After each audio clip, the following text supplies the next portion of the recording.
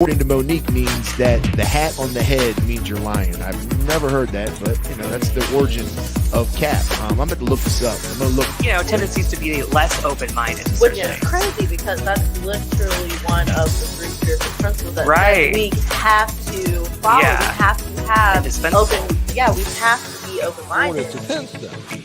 Don't sound like the president to start inventorying yourselves, but be true to yourself. You don't have. And when I came back, the place was a mess. So I knew I was missed. It's beyond my wildest imagination. It's getting deep in here now. It's incredible. We have the rainbow without going through the rain. And I love it. Me too. Good. Yeah. And applying the recovery, I thought about it for a second.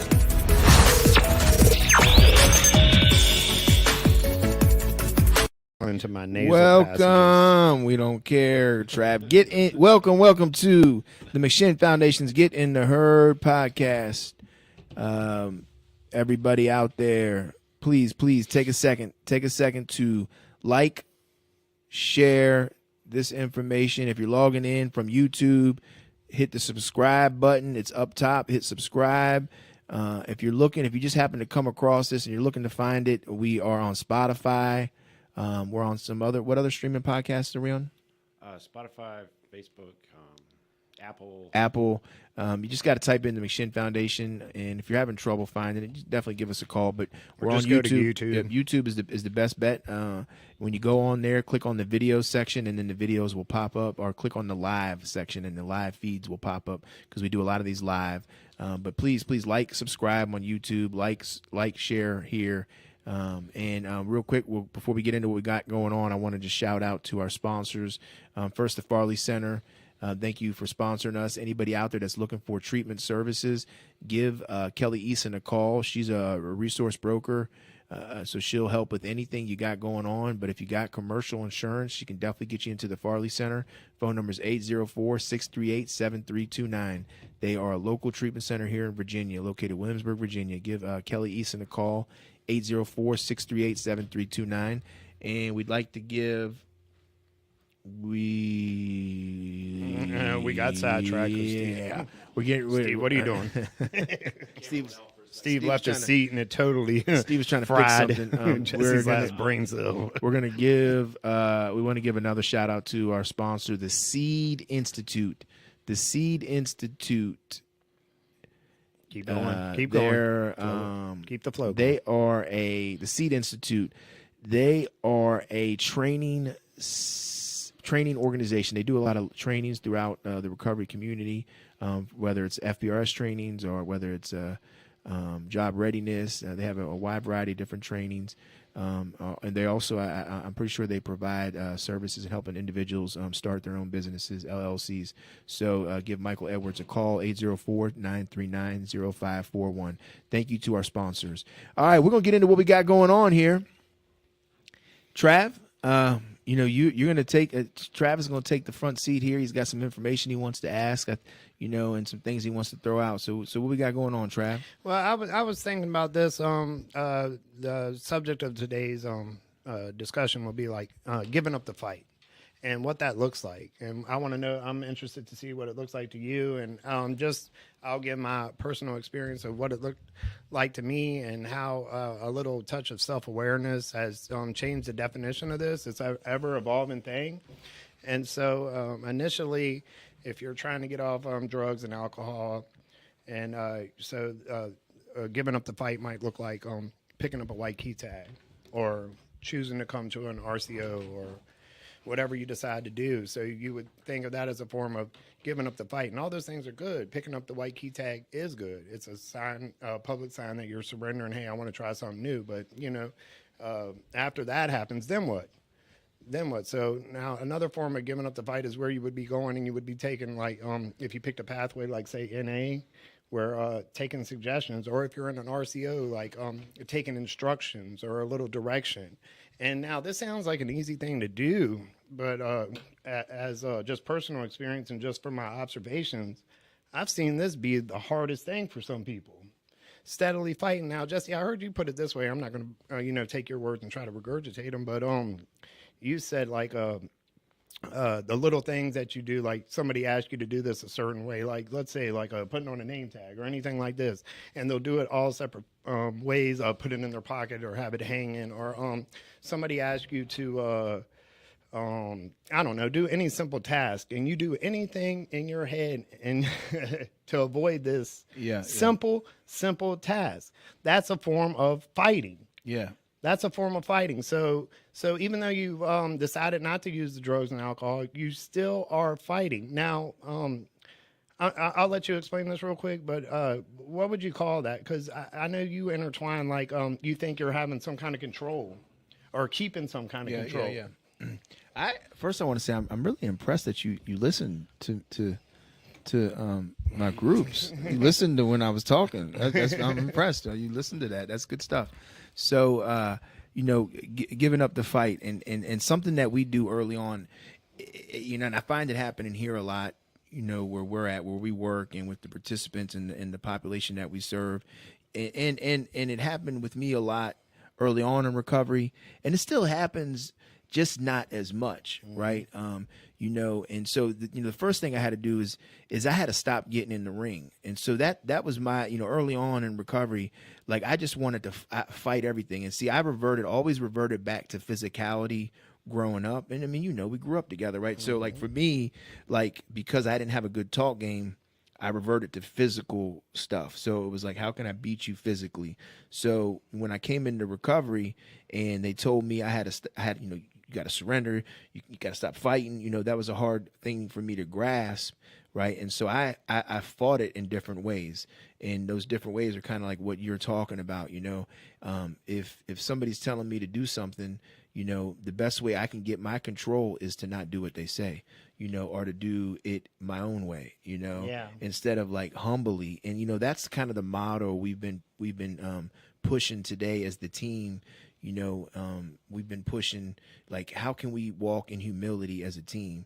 How can I walk in humility individually here in this team, right? And one thing that we were sharing in our stand-up meeting was like, once I become aware of my humility, then I've lost my humility. And walking humbly, walking in humility isn't going to allow somebody to give me direction, and to follow those directions. So early on in recovery, we'll give directions. We got people new here, that they don't want to smoke crack anymore. They're tired of shooting up heroin, tired of shooting up fentanyl.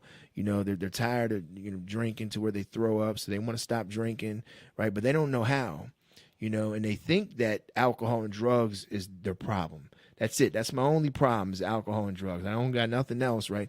And see, the truth is, man, what I've learned is the drugs and the alcohol, it's a little percentage of the problem. Now, I'm not a fool to know that, sprinkle some of that stuff on me and my whole life's going to be messed up. But, like, it's the behaviors that are the problem for me. Like, how do I change my thinking? How do I change my behaviors? And that's how I start changing them. So, a simple ask, right? I'm going to tell you, man, this happens at home for me. With my family, with my wife. My wife, she's got and I'm talking the simplest thing she asks all of us to do. And it's not like a control thing for her at all with this. It's like a thing that will benefit the house. So one of the, we pay all kinds of different bills. She pays a lot, I pay a lot. And one of the things that she pays is she buys the food in the house.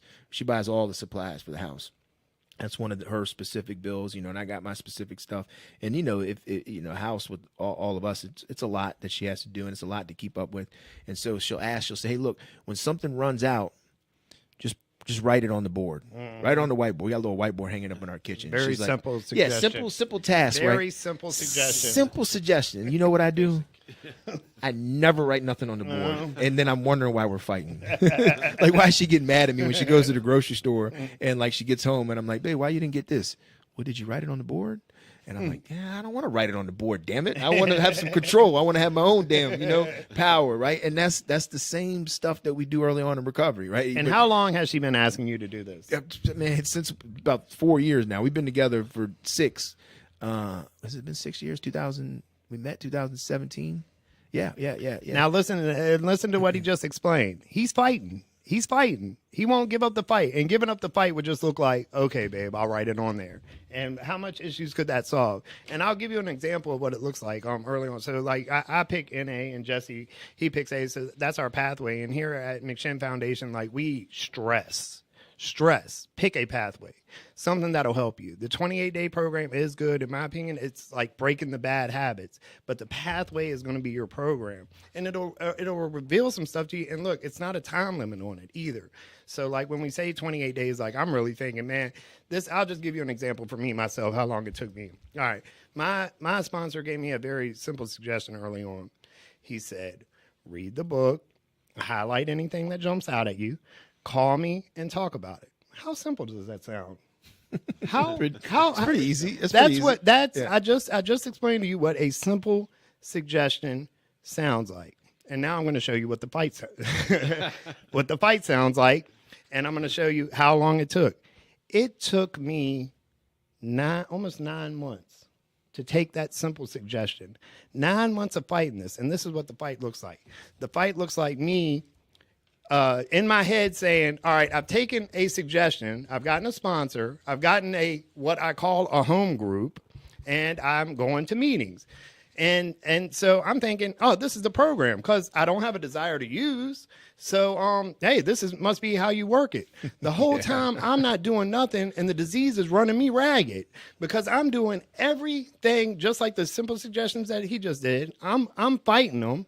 And not even aware that I'm fighting them. I'm just thinking, this is how I normally do things. This is how I've always survived. This is how I've done this. This is how I've done that. No self-awareness at all. And then in my head, I'm thinking, this simple suggestion, I mean, what's this really going to do? I mean, really? All right, so I'll fake like I read the book. I'll call, you know what I mean? I'll have something good to say. Yeah, I can see you definitely. You're very smart, so yeah, I'll read a piece of it. I'll do this the whole time thinking like this suggestion doesn't sound like it's going to do anything for me, you know? So the minute that I did it, exactly how he said, I prayed about it. I read the book. What'd you read? The first chapter, Who's an Addict? Who's an Addict? Okay. The first chapter. And as soon as I'm reading it, one little section pops out at me.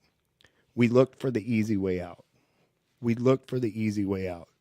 And immediately I thought of something that just happened.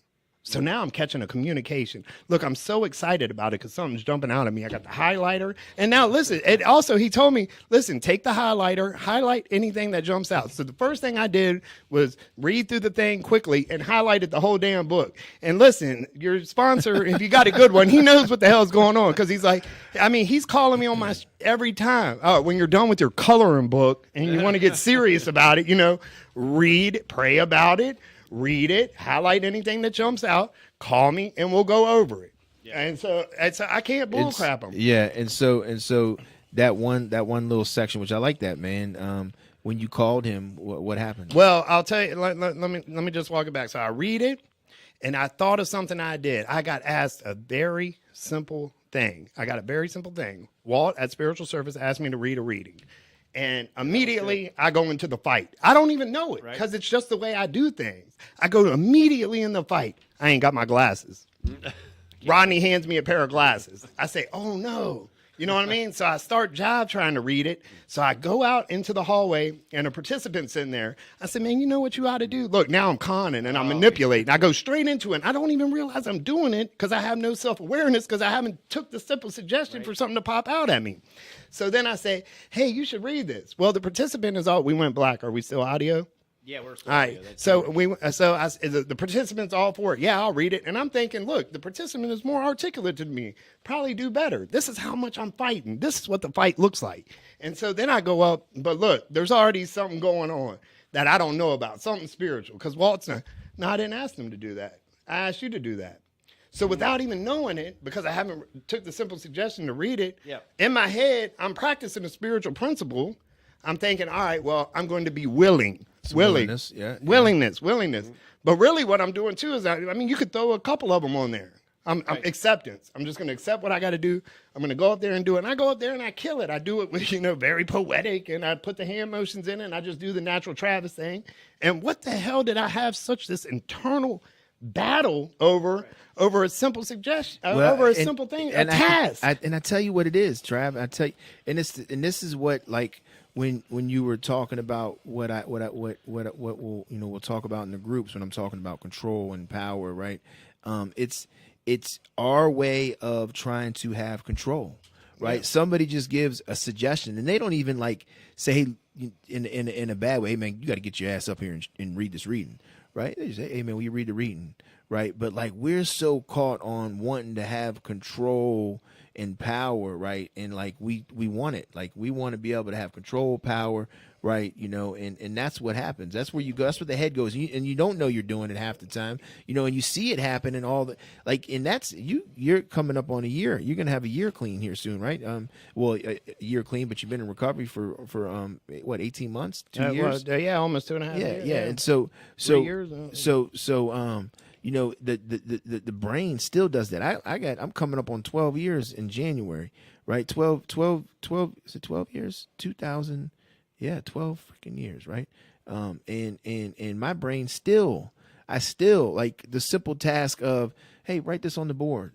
I still want to have control and say, no, I want to do it my way. Yeah, it's control. It's like, your disease is going to tell you all kind of things. You're going to look stupid up there. You're probably going to mess the reading up. Like, you're overthinking it too much. It's like a paragraph. Yeah. Let's just do it. So then I take the simple suggestion. I just want to convey to the viewers, like, what kind of self-awareness a simple suggestion can bring forth to you, which it brought forth to me.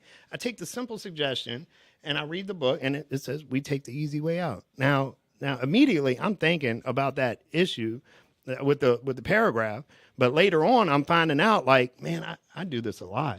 I look for the easy way out. But look, I didn't stop there. I was so excited that something jumped out, I almost stopped. But I took the simple suggestion and I read on through, and I read it all the way to the end. But a couple more paragraphs down it says something to the effect of, we can arrest this. We can arrest this. So I called my sponsor and I gave it to him just like I gave it to y'all just now. And, you know, he's like Sun Tzu with the spiritual principles. Right. I call them weapons, spiritual weapons to attack this damn disease, that the fight, because obviously I can't beat it up myself, or I would have done it a long time ago. Right. So I need a weapon to throw on this. And, you know, then he points out the spiritual 6 and 7 step stuff you're talking about right there. Yeah, get there. Right, I'll get there. That's the new way to live right there. Just got to give up the fight first. And so, like, yeah. And so, and not even knowing it in the moment, I did arrest it by practicing some willingness and practicing some acceptance. And that, that's what those spiritual principles do, right? You know, they counter our defects of character. You know, and the more we stay grounded in them, right, the more we're going to continue to grow. Like, willingness is the foundation of all growth, right? So when you're able to show some willingness and get up there and do a reading, or like, I peep game, like I watch. So a lot of the team here will, you know, there's probably a constant joke behind my back and in front of me is that, you know, they think I don't remember stuff, right? They think that I forget stuff. Sometimes I'm not forgetting. I'm just testing, right, to see if they're going to run game or lie to me, you know. But very Sun Tzuian of him. Yeah. I just want to see. I want to see what's going on because you know, game. Yeah. And I peeped the game today, a healthy game, right? Like for you had this constant battle with not completely following the rules of the team, right? You know, come to stand up, bring a notepad, have a pen, right? You know, come to stand up. The fight is real, yo. Be on time, right? You know, wear the correct color, wear some professional clothes, right? It's been a battle, and you're not the only one. Like, there's other people that battle. They fight it in different ways, right? You know, and today you were at stand up on time with a notebook in your hand and a pen, right? So I was impressed. And a tire. Yeah, and the blue color, right? Yeah. Polo because Tuesday's blue day. Tuesday's blue day. Now soon you'll have your McShin polos and you'll be wearing those. But the fight might continue. And you got some somewhat professional pants on. Khakis. We're matching. We pretty much look like twins right now, except for I'm hot. Your little belly's a little bigger. I call it cuddly. Head's bigger too. It's hard to have a bigger head than me. And I definitely think your perception. I don't know. Let's look next to our heads. All right. So self-awareness is lacking at this table. Hey, look, real quick. I want to digress real quick. I want to go into something real quick, y'all. Please. Constance, we see you, and Scott, thank you for tuning in. Kelly as well. All y'all tuning in. I have a selfish request. I'm getting ready to show y'all something. So my son Camden Wysocki has been nominated. He plays football for Meadowbrook High School, and he got nominated for the best freshman football player in Virginia so far in 2023. It's a big honor just to make the list. And I was telling him this, just to be on that list out of all of every kid in Virginia as a freshman, don't worry about, winning it. Of course, he wants to win it.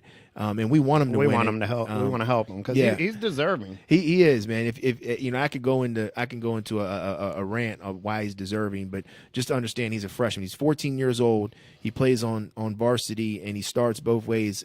And so typically during games, he's battling 17 and 18-year-olds, and he's 14, and he's putting up numbers that these 17 and 18-year-olds put up. He's got 46 tackles, 7 tackles for losses, 2 sacks, and I think it's gone up. That stat's actually kind of old. He's got 9 tackle for losses and I think 52 tackles. But I'm saying this because he's 14 years old and he's doing this against 17 and 18-year-olds, and he's starting both ways.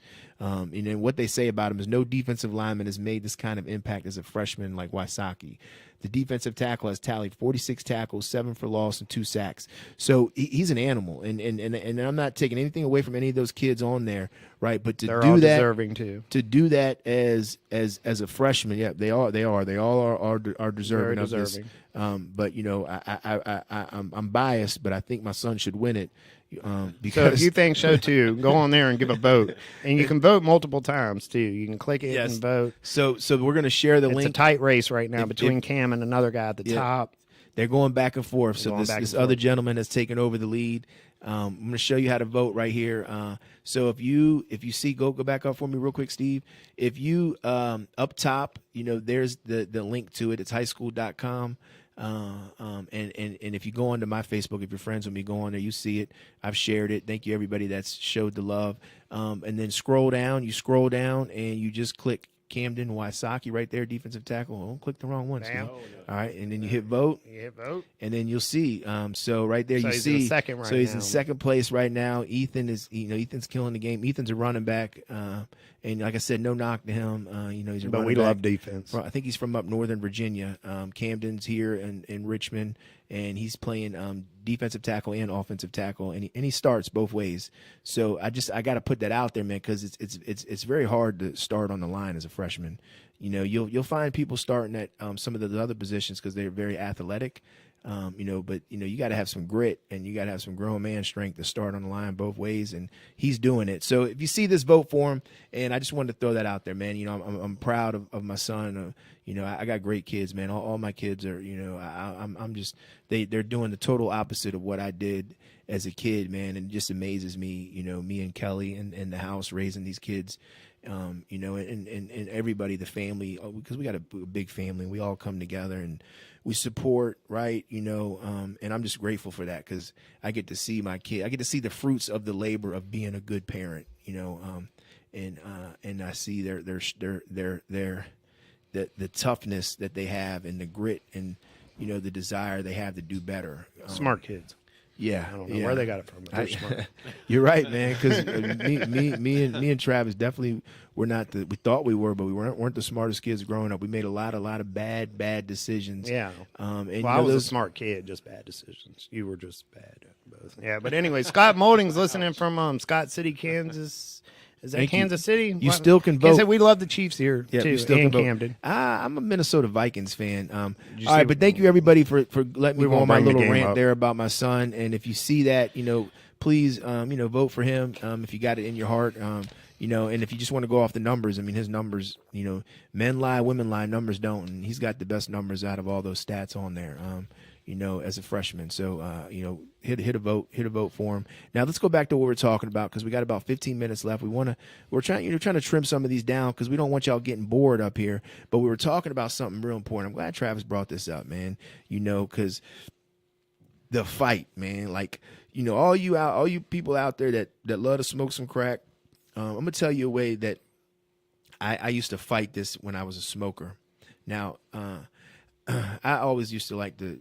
I thought, if you admitted you smoked crack, then it meant like you were like sure enough that was the bad one. Like, heroin, like shooting heroin, I thought was the cool thing. Yeah, like, there was such an extra stigma to it because of all the crack heads were portrayed as like, So one step up from glue. Get them babies out the street. So like, shooting heroin, and I used to love to say, man, I shot dope. Yeah, I sniffed dope. I shot dope. I wasn't a crack smoker, right? But the end of my run, I was sticking everything in a needle and smoking everything I could. So it didn't matter what it was, crack, heroin. I did it all, right? And I know when I used to go on these crack binges, right? We talk about control. We talk about like giving up the fight, man. I would say, all right, I'm just not gonna fight this.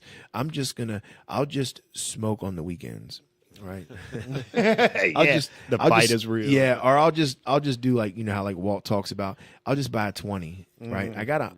I'll put $500 in my pocket. I'm just going to buy a 20. Put it in the roll Newport. a ting ting. Put it in the ting. Yeah, put it in the Newport. Ting ting ain't that bad. Nobody really knows. It's closer to cocaine, And then every hour I'm calling the dope man, and I'm doing some more, right? So those are ways that we would fight it, and then think about like heroin. So any of you heroin users out there, anybody, fentanyl. I know fentanyl is the thing nowadays. I don't think they got heroin out there anymore. So fentanyl, heroin. I didn't operate during the fentanyl time, so I'm not familiar with like same thing. Yeah, I guess it's just a little stronger, just knocks you out. But with heroin, right? When I was using, we had this thing we talked about, having a morning shot, right? And did it ever last till the morning? Yeah, I never could do that, right? I never could do that. Or we would say, look, we get out from doing a little bit of time, whether it was jail, prison. We'd come home and be like, all right, I'm just gonna sniff some dope. That's the fight. Yeah, that's how we fight, right? Because I would definitely, I sniff dope. You shoot it, take a shoot, piss test. It's all the same. Yeah, I thought I was better though. You back shooting now? Yeah, you shooting? Ew. Yeah. The fight. That's the fight. That's the fight, right? Or it would be, okay, I'm gonna work. I got this nice, good gig, construction job. I'm making some good money. I'm not gonna do nothing until Friday. Come Friday, I'll sniff some dope all weekend. But Monday. Those are the times when you really have a morning shot left over. You don't want it because you only want to do it one night. Oh, got some for Saturday morning. Oh, here we go. Losing the fight. Yeah. You in the ring, and guess what? You get knocked out. Getting knocked out. It might not happen the first day. It might not happen the second day. It might not happen the third day. It's coming. It might. Yeah. Oh, 3 days. I was knocked out. I was all in after 3 days. 3 days was official habit to me. Yeah, we think we don't though, and so this is what we'll say. Man, I just got a little chipper. I got a little chipper. That's a little not, chipper. Yeah, The fight. Yeah.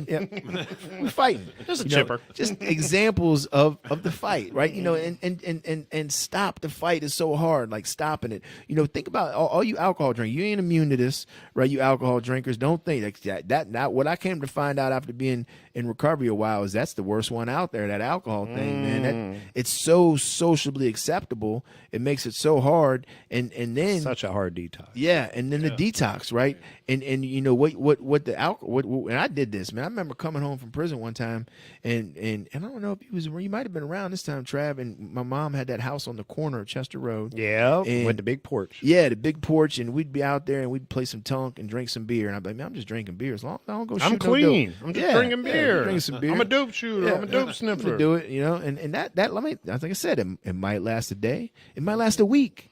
It might last 2 weeks. Mm-hmm. But that hangover going to be real one morning. And then next thing you know, and I don't like to drink in the morning. And the cure for the hangover for me was go get some dope. That was the cure for everything at one time.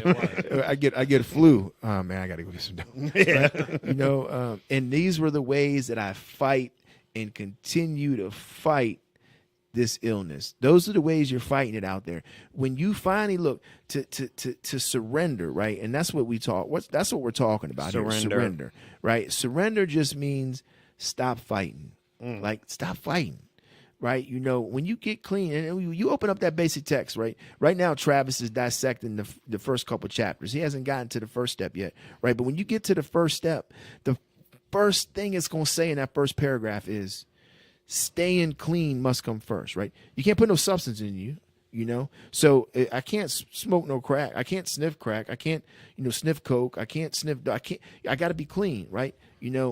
That's the surrender. Stop fighting, right? That's the first form of it, right there. Just stop fighting. Now that's not the last one you got to do, though. That's the hit. That's what I used to think. So that's what hurt me, Trav. Yeah. So many years. I don't know if you remember that time I picked you and Jay up and I took you to that meeting at the healing place. You remember that long time ago? Long time ago. Yeah, and I was being like all like I was treating y'all like condescendingly, condescending. Like, look at you. Yeah, like I'm clean and stuff like that, right? The fight, and I ended up going back out and using, right? We saw you out there. Yep. Right?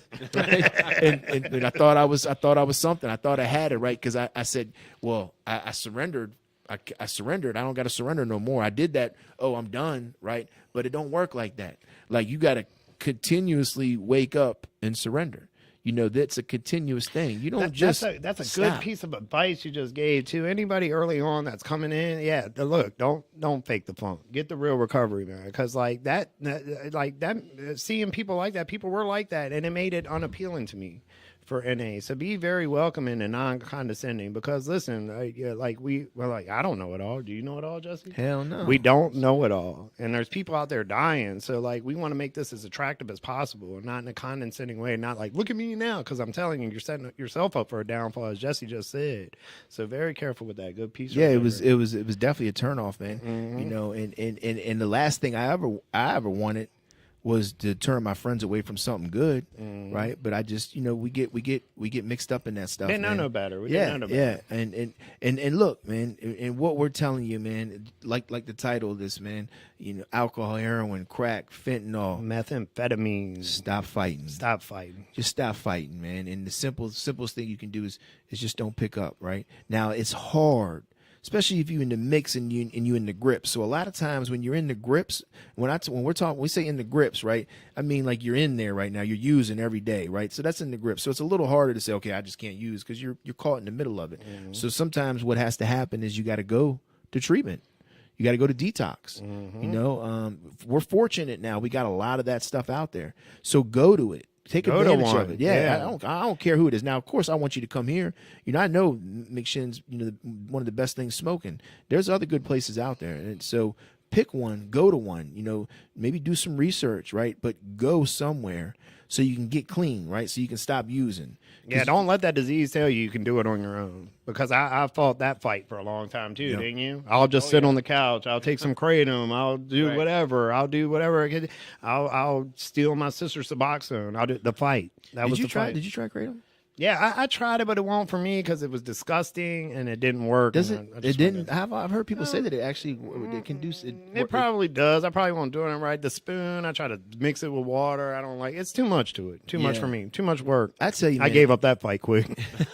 Yeah, that was a big fight. That was a way of fighting, though. That was definitely a way of fighting. I'll just do some kratom. Right? Yeah, little kratom. I'll just do, a little whatever. Now again, we're not knocking it. We're not knocking kratom. We're not just knocking wasn't for me. MAT or any of that stuff, right? But what we are saying is, if you are going to do it, come get into recovery and do it.